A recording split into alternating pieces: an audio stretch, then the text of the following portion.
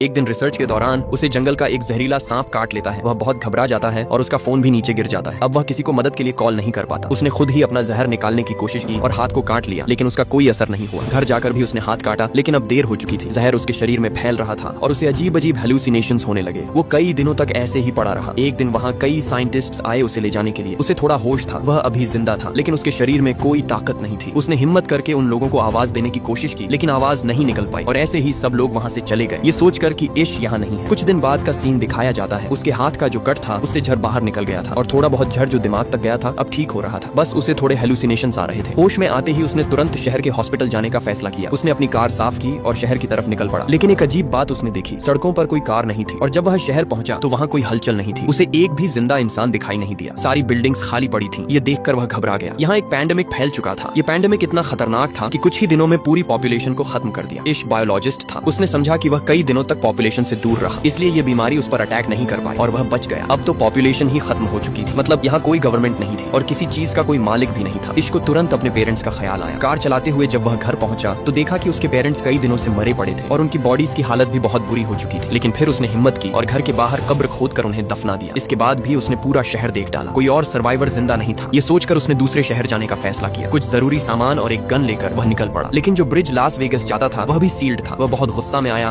और लंबा रास्ता लिया। जैसे ही वह लास वेगस पहुंचा देखा कि यहाँ भी सब लोग मर चुके थे। मॉल्स, बड़े होटल्स, कैसीनोस सब खाली पड़े थे। थककर वह एक होटल में चला गया। उसने वहाँ रात बिताई और महंगी चीजों का मजा लिया, क्योंकि अब सब चीजें उसके लिए फ्री थी। उसे उम्मीद ही नहीं थी कि अब कोई मिलेगा। लेकिन अगली रात उसे दो लोग मिले। ये दोनों भी बीमारी से बच गए थे। लड़की ने अपनी दुख भरी कहानी सुनाई कि उसने अपने परिवार को वीडियो कॉल पर मरते देखा था और अब उसके लिए जीने की कोई उम्मीद नहीं बची। वो आदमी भी मरना चाहता था, क्योंकि इतनी अकेली दुनिया में जीना उसके लिए नामुमकिन था। उस रात ये लोग भी इश्क के साथ रुक गए, लेकिन सुबह होते ही उन लोगों की नीयत इश्क को खतरनाक लगी। उस आदमी के पास गन थी और वो चाहता था कि तीनों की मौत आसान हो जाए, लेकिन इश्क जीना चाहता था। इसलिए वो उठकर वहाँ से बाहर निकल गया और उसके पीछे उसे गोलियों की आवाज सुनाई दी। मतलब उन्होंने खुदकुशी कर ली थी। ये हादसा उसे और ज्यादा तोड़ गया। अब उसे साफ लग रहा था कि वो दुनिया में अकेला रह गया है। तेज गाड़ चलाते हुए वो घर लौट आया। रास्ते में एक डॉग उसकी कार के सामने आ गया। वो डॉग भी बिल्कुल अकेला था जैसे इश। इश ने उसे अपना बना लिया और उसे जीने की नई उम्मीद मिल गई। इश ने अपनी जिंदगी नए तरीके से शुरू की। सर्वाइवल बुक्स पढ़ने लगा। खाने पीने की कोई कमी नहीं थी। कमाने की अब जरूरत नहीं थी। हर दिन काम करता और टाउन में घूमता इस उम्मीद में कि शायद कोई सर्वाइवर मिल जाए, लेकिन हर दिन मायूस होकर लौट आता। एक दिन जब वो अपने डॉग के साथ खिड़की पर खड़ा चाय पी रहा था, अचानक उसका डॉग भौंकने लगा। उसे एहसास हुआ कि वहाँ कोई इंसान है। दूर एक घर से स्मोक निकल रहा था, मतलब वहाँ कोई इंसान हो सकता है। वो तुरंत कार निकालकर उस घर की तरफ गया जहाँ स्मोक था। खुशकिस्मती से वहाँ एक लड़की थी। उसे देखकर वो लड़की डर गई, लेकिन इश ने उसे यकीन दिलाया कि वो उसे नुकसान पहुंचाने नहीं आया। वो भी अकेला इंसान है और किसी दूसरे सर्वाइवर को ढूंढ रहा है। ये सुनकर लड़की ने उसे अपने घर आने की इजाजत दी। लड़की का नाम एमा था। बातचीत से हमें पता चलता है कि पेंडेमिक को लगभग 1 साल हो चुका है। एमा और इश ने पूरे साल में अपने अलावा कोई सर्वाइवर नहीं देखा। उन्हें बहुत खुशी थी कि उन्हें कोई और सर्वाइवर मिल गया, वरना अकेले रहना बहुत मुश्किल था। वो डिप्रेशन में जा रहे थे, क्योंकि इंसान का समाज में रहना जरूरी है। अकेले रहकर उनका मेंटल स्टेट बहुत बुरा हो रहा था। उन्होंने फैसला किया कि वो दोनों साथ में इश के घर में रहेंगे, क्योंकि इश का घर जनरल स्टोर के करीब था जहाँ फूड सप्लाईज पड़ी थी और इश ने अपने घर में बहुत सारा सामान भी जमा कर रखा था, जिससे उनका रहना आसान हो गया। एमा भी अब इश के घर आ गई। दोनों ने जब साथ रहना शुरू किया तो उनकी जिंदगी पहले से बेहतर हो गई। एमा इश का बहुत साथ देती थी। वो इश की अपीयरेंस ठीक करती और दोनों मिलकर घर की मरम्मत भी करने लगे, क्योंकि पूरे साल इश ने अपने घर पर ध्यान नहीं दिया था। दोनों हर सुबह उठकर साथ में काम करते और अपने टारगेट्स पूरे करते। इन दोनों ने ये भी सोचा कि अगर पूरी दुनिया में सिर्फ यही दोनों बचे हैं तो उन्हें पॉपुलेशन भी बढ़ानी चाहिए। पहले ये दोनों का फैसला था, लेकिन जब इश को पता चला कि एमा प्रेग्नेंट है तो वो बहुत डर गया। उसे डर था कि उसके बच्चे इस अजीब दुनिया में सर्वाइव कर पाएंगे या नहीं। एमा ने उसे हिम्मत दी कि सब ठीक होगा। इश जो बायोलॉजिस्ट था उसने बुक्स पढ़कर बच्चे को जन्म देने के तरीके समझने शुरू किए, क्योंकि वो जानता था कि अब ये दोनों अकेले हैं और उन्हें ही ये काम करना पड़ रहा था। साथ ही दोनों घर को परफेक्ट बनाने की कोशिश भी कर रहे थे। इश ने सोलर पैनल्स भी लगा लिए थे ताकि घर में इलेक्ट्रिसिटी की कमी ना हो, क्योंकि पैंडेमिक को बहुत वक्त हो चुका था। शहर जंगल जैसा बनने लगा था और जंगल के जानवर अर्बन एरियाज की तरफ आने लगे थे। ये उनके लिए बड़ा खतरा था, इसलिए उन्होंने घर के चारों तरफ फेंस बना लिया और जानवरों से बचने के लिए कुछ वेपन्स भी रख लिए। इन लोगों ने खुद भी कई वाइल्ड एनिमल्स पाल लिए थे, जिनसे उनकी जरूरतें पूरी हो रही थी और वो लोग बहुत बिजी भी रहते थे। इंसानों की गैर मौजूदगी में पूरा इलाका हरा भरा हो गया था और यहाँ की हवा भी बहुत साफ थी। उनकी सेहत भी बहुत अच्छी हो गई थी। उनकी जिंदगी किसी हद तक परफेक्ट हो गई थी। लेकिन फिर एक दिन उन्हें एक और बड़ी प्रॉब्लम का सामना करना पड़ा। पता नहीं कहाँ से अनगिनत चूहे शहर में आ गए। उन्हें देखकर इश बहुत पैनिक हो गया। उन चूहों को घर से दूर रखने के लिए इश ने अपने घर के एयर गेट्स में आग लगा दी, लेकिन ये सिर्फ एक रात काम आया। एमा ने उसे कहा कि हम इसका भी सोल्यूशन निकालेंगे। सुबह होते ही वो घर से बाहर निकला। उसने आसपास कई कैट्स छोड़ दी। कैट्स ने चूहों को खाना शुरू कर दिया और आखिरकार ये प्रॉब्लम भी खत्म हो गई। आखिरकार वो दिन भी आ गया जब एमा को बच्चा पैदा करना था। इश ने खुद ये काम संभाला और हमें दिखाया जाता है कि उनकी एक बहुत प्यारी बेटी हुई। ये देखकर दोनों बहुत खुश हुए। उन्हें जीने की नई उम्मीद मिल गई। इसके बाद ये लोग सड़कों पर गए और अपने घर का एड्रेस लिख दिया, इस उम्मीद में कि अगर कोई सर्वाइवर यहाँ आए तो वो उनके घर पहुंच सके खाने और पानी के लिए। 6 साल बाद इश किसी काम से जंगल जंगल जा रहा था कि अचानक उसकी कार के सामने एक जंगली जानवर आ गया। डरकर वो बाहर आया और उस जानवर को देखा। वो अब भी जिंदा था लेकिन बहुत दर्द में था, इसलिए इश ने उसकी तकलीफ आसान करने के लिए उसे गोली मार दी। दूर से ये सब एक लड़की देख रही थी। गन की आवाज सुनकर वो डर गई और भागकर जंगल में चली गई। इश ने भी उसे भागते हुए देखा और तुरंत उसके पीछे दौड़ा ताकि उसे पकड़ सके। उस लड़की को लगा कि इश उसे नुकसान पहुंचाएगा, लेकिन इश वैसा नहीं था। वो खुद भी सर्वाइवर्स की तलाश कर रहा था। जब उसने उस भूखी लड़की को एप्पल खाने के लिए दिया तो लड़की को समझ आया कि इश बुरा इंसान नहीं है। इश उसे अपने घर ले जाना चाहता था, लेकिन वो लड़की कार में उसके साथ नहीं बैठी बल्कि पीछे बैठ गई। घर लौटकर देखा गया कि वो लड़की ट्रंक से बाहर आने के लिए तैयार ही नहीं थी। घर में हमने देखा कि इतने सालों में इश और एमा के 2 बच्चे हो चुके थे और अब उनका तीसरा बच्चा होने वाला था। उन्होंने टाउन में हर जगह अपना एड्रेस लिखा हुआ था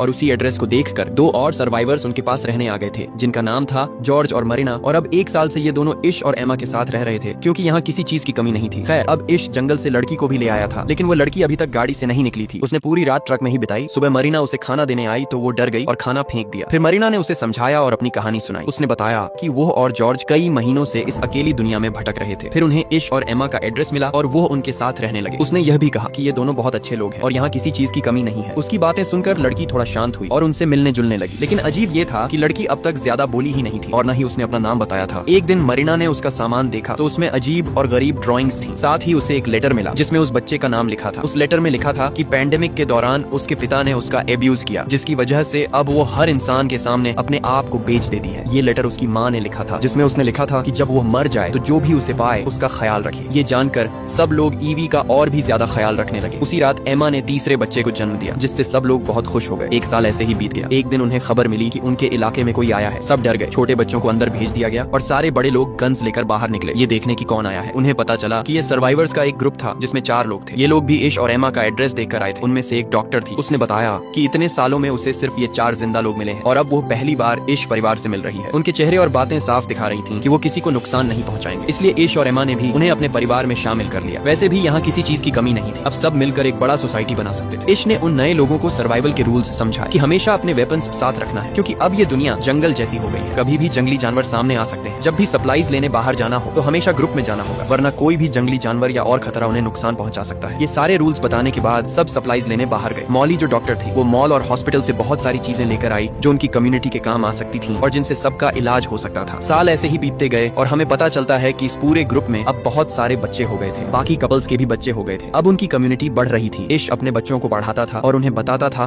कि पहले कम्युनिटीज कैसी होती थी, इंसान कैसे सर्वाइव करता था। वो उन्हें सिखाता था ताकि आगे चलकर उन्हें कोई मुश्किल ना हो। घर के चारों तरफ पूरा जंगल था और एक दिन उसी जंगल से एक बहुत बड़ा लोयन उनके घर में घुस आया। शुक्र था कि सही समय पर ईश की नजर उस पर पड़ गई। ईश बच्चों को बचाने वहां पहुंचा, लेकिन लोयन ने उस पर हमला कर दिया। इससे पहले कि बाकी लोग कुछ कर पाते, लोयन ने उसे बुरी तरह घायल कर दिया। ये देखकर सब घबरा गए। जब सब वहां पहुंचे तो लोयन वहां से भाग गया। एम्मा ने ईश की हालत देखकर गुस्से में बंदूक उठा ली और जंगल में जाकर उस लोयन को मार डाला। वक्त रहते सब ने मिलकर मॉली की मदद से ईश की जान बचा ली और फिर उसका इलाज शुरू हुआ। कई हफ्तों के बाद ईश पहले जैसा ठीक हो गया।